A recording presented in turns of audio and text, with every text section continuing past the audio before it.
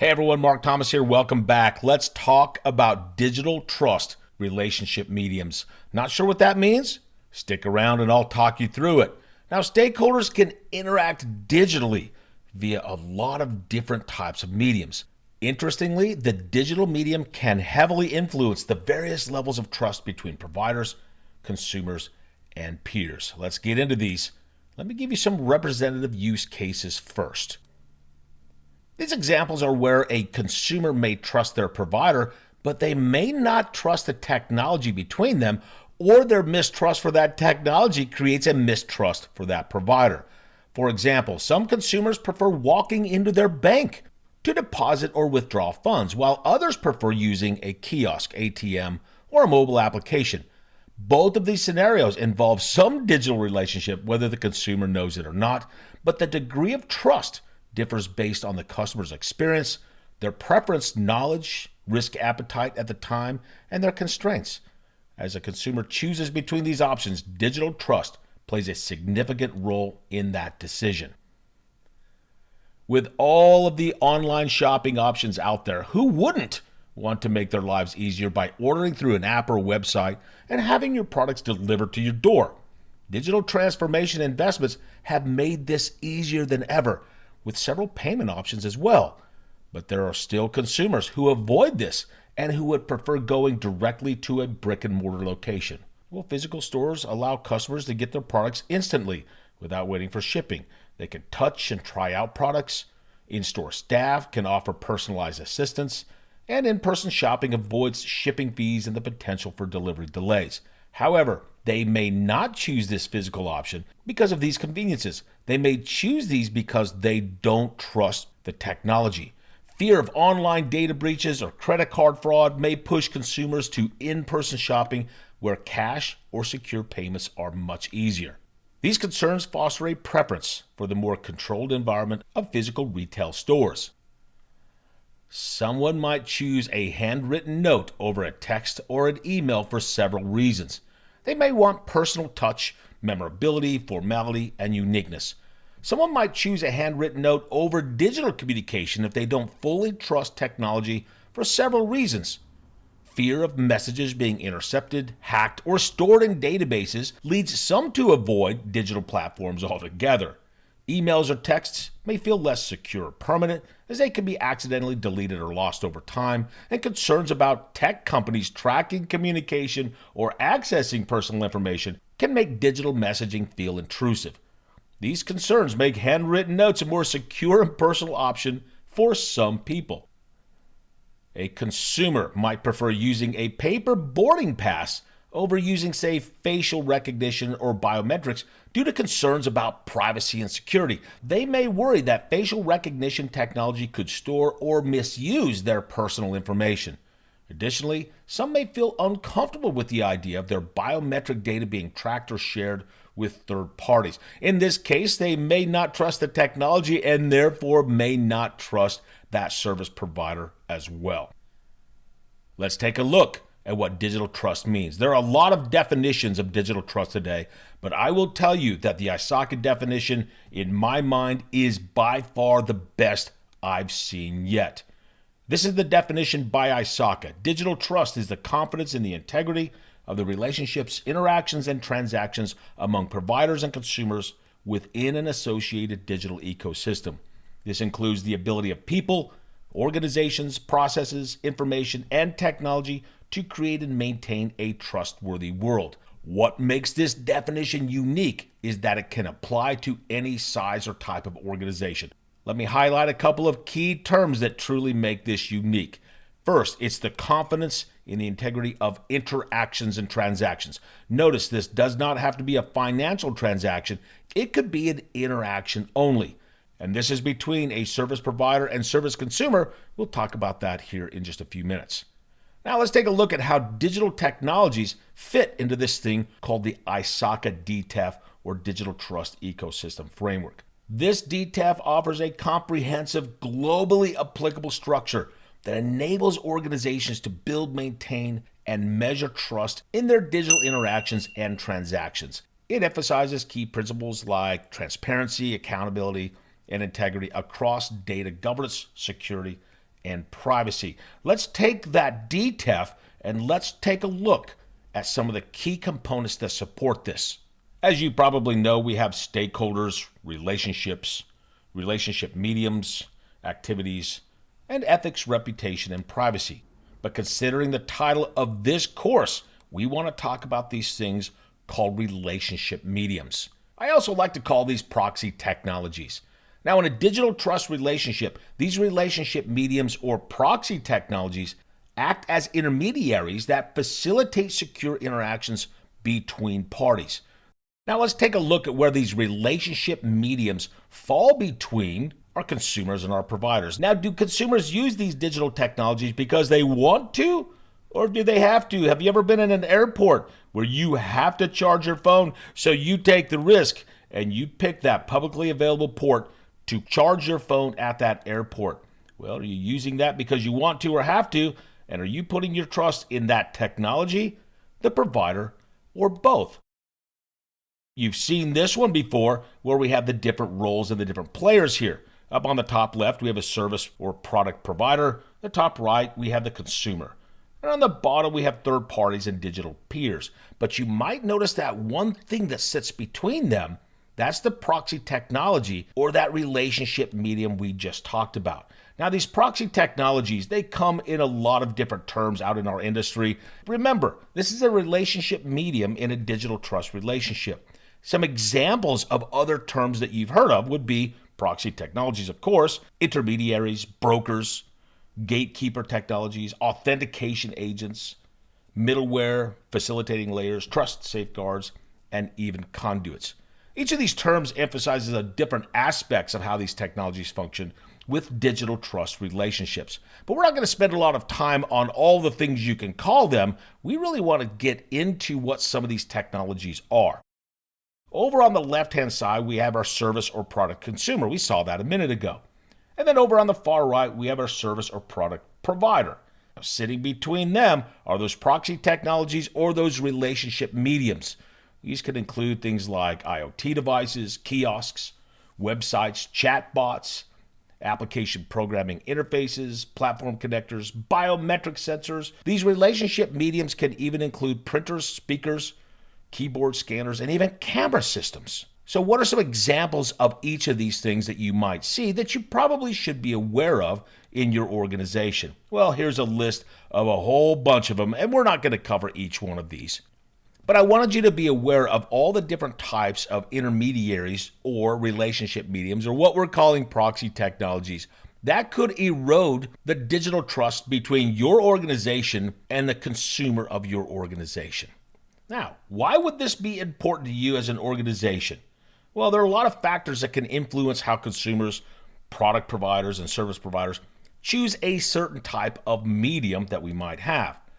Some of these areas might be the maturity of security and compliance processes or maturity of the overall enterprise, maybe any special accessibility requirements, alignment with internal and external requirements like laws, regulations, and standards, the need for user or customer experience or what's called interaction design, that's IXD, technology competencies available, past experience using these mediums, brand reputation, credibility, and of course the type of information shared.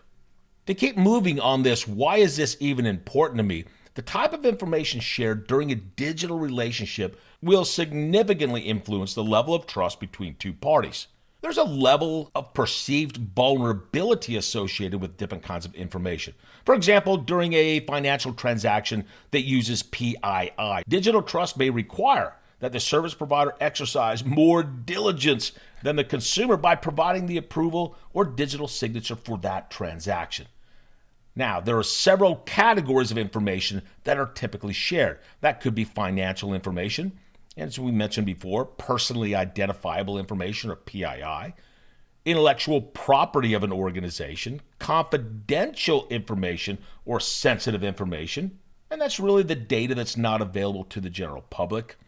Open access and publicly available data, that's publicly available information including documents, processes, or tools used at will and subject to redistribution by anyone.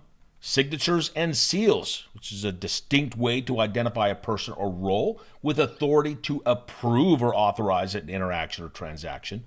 And then, of course, approvals, signifying our decisions. Digital traces, those tracking technologies that enable you to collect behaviors and create profiles that facilitate better intelligent digital relationships. And metadata. Some architectures, especially large data sets, require sharing metadata for transaction processing. So if I haven't convinced you that these intermediaries or these proxy technologies have an effect on digital trust, let's take a look at a couple of examples here. Which do you trust more, the technology or the company providing it when we're talking about messaging apps and social media? There's a difference between the messaging apps. An example here is WhatsApp. They faced privacy concerns, especially after a 2021 policy update, but it maintains end-to-end encryption for user messages, which offers a sense of security. However, WeChat is widely used in China and is known for its integration with government oversight. Would you trust one over the other? Next, we have free Wi-Fi. Do you trust your coffee shop? And do you trust the free Wi-Fi at that coffee shop? Public Wi-Fi can erode trust in a company when customers use their services or applications over unsecured networks, making them vulnerable to security breaches like, say, man-in-the-middle attacks.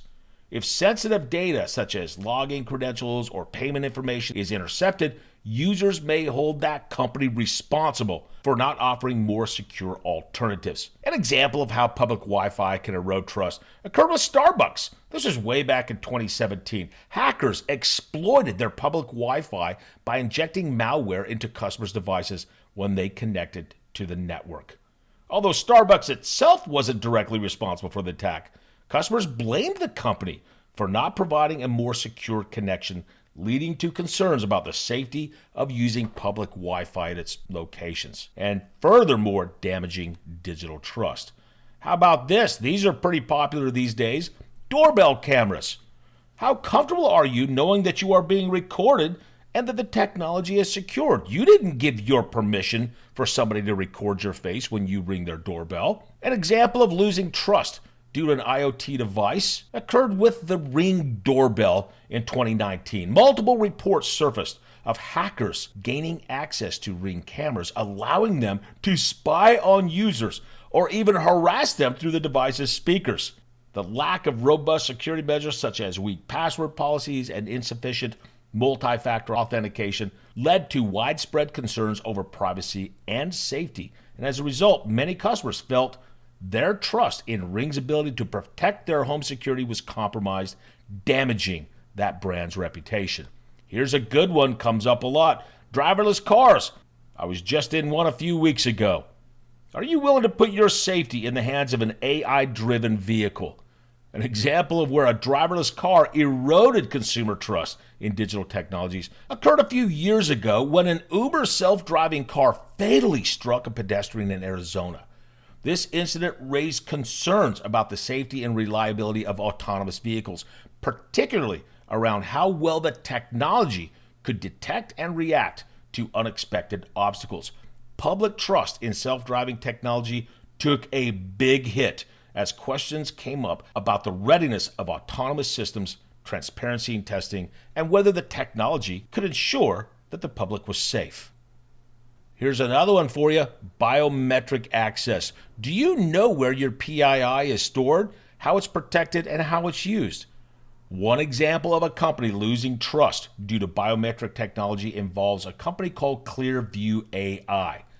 It was revealed that the company had scraped billions of images from social media and other websites to build its facial recognition database without user consent. Now, this raised significant privacy concerns as individuals felt their biometric data was being used without permission, and there were fears of misuse by law enforcement and other entities. This controversy led to legal challenges and the loss of trust in the ethical use of biometric data by the company.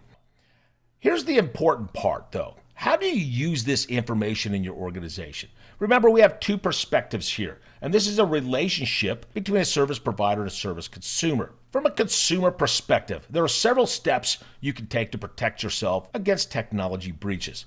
At first bullet point, avoid reusing passwords across platforms and use a password manager to generate and store complex passwords. Next, that multi-factor authentication can add an extra layer of security by requiring a second form of identification.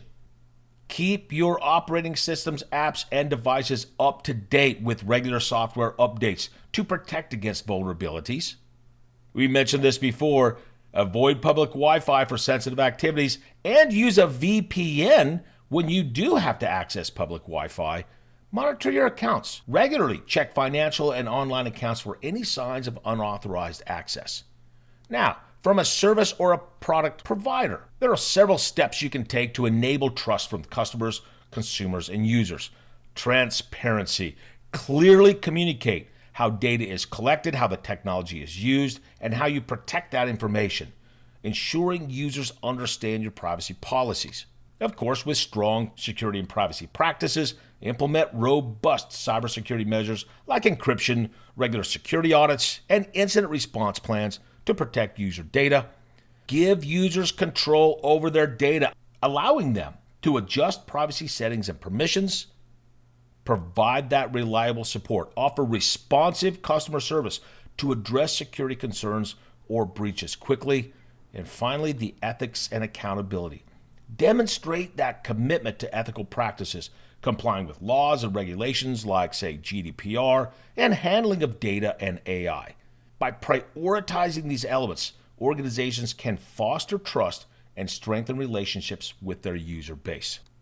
All this information you can find out from the ISACA Digital Trust Ecosystem Framework, or DTEF. Go out to the ISACA site, isaca.org/digital trust, for more information on the basics of digital trust and to view that thing called the Digital Trust Ecosystem Framework. I love the framework, but it is designed to integrate with all of your current frameworks and your overall governance structure, but it's from a digital trust lens. Really like the framework. Go out and take a look at it. Let's get to some of my top tips and tricks for you. On the digital consumer side, be diligent in your research and the use of digital technologies that involve personal information. Review privacy policies, check security features, read reviews and ratings, verify trust seals, and maybe limit your personal information sharing. Next, enhance personal cybersecurity hygiene by taking control of digital interactions through informed choices and awareness of risks. Things like strong passwords, multi-factor authentication, have an awareness of phishing attempts, limit your data sharing as we mentioned before, and of course, regular software updates. Top tips for digital providers. Number one, provide that transparency and communicate how information is shared through digital technologies and how they're protected and controlled. Doing things like publishing clear privacy policies, providing data security details, offering user controls, which allows users to adjust their privacy settings and have proactive communications. Finally, provide swift and decisive responses to digital technology incidents. This is key to maintaining trust. Some ideas here: immediate incident containment, transparent communication, as we talked about before, mitigation actions documented and tested, support for consumers, support like credit monitoring services or data recovery assistance, and post-incident reviews where you analyze breaches to improve future security measures and prevent recurrence. These are some steps that can help you create and restore trust and mitigate damage in the event of a major newsworthy event. Ladies and gentlemen, thank you very much for your time. Mark Thomas here. This was a quick one to talk about digital trust relationship mediums, or what I like to call proxies. Hopefully you got some good information out of this. And if you get a chance, go out and take a look at that ISACA DTEF and how relationship mediums play a big role in creating, maintaining, or losing trust between a service or product provider and their consumer. Thanks for joining. I'll see you in the next course.